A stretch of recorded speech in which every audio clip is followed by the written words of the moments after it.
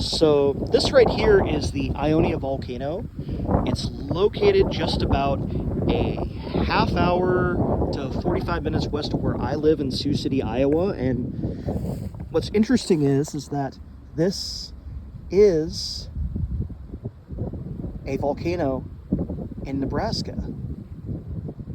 Now, it says here that, at least according to the sign, you probably can't see that on the video, but it says the shale bluff does have a sulfuric smell and steam rising like a volcano. At the time, the river flowed at the base of the bluff, and today the river is about a mile north, with cropland in the floodplain between the bluff and the river. And although the volcanic activity was actually decomposition of iron pyrite beds when exposed to water, the site was still viewed with much apprehension by early settlers. And this site is on private property, so please respect the property rights. So anyway, this is something that was seen by Lewis and Clark on their journey out to the Missouri. And William Clark, it says here too, looking on his journal, commencement of a blue clay bluff of 190 feet high on LS.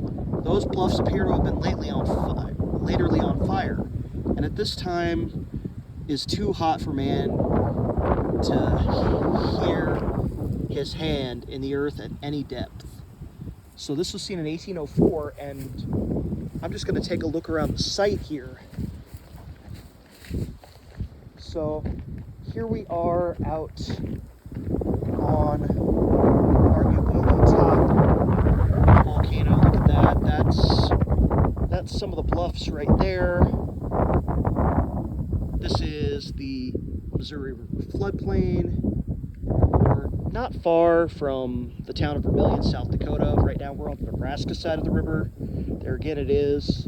But there's some of the bluffs, if you can see down there. I want to drive down into that little section and see if I can get a better look at it. But this is the Ionia volcano, which is not a volcano, but I think it's interesting that this is just, you know, something you would never think of here in Nebraska. You know, when you think of Nebraska, you think of, you know, this kind of landscape here that I'm looking at.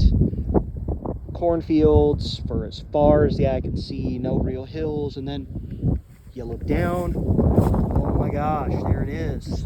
It's this big bluff on the river. Anyway, that's really it. There's not much else out here. There's a cemetery that was built much later just down the road. I think there was a town site here of some sort, and there's a lot of rural farmsteads out here, but no, this is pretty cool.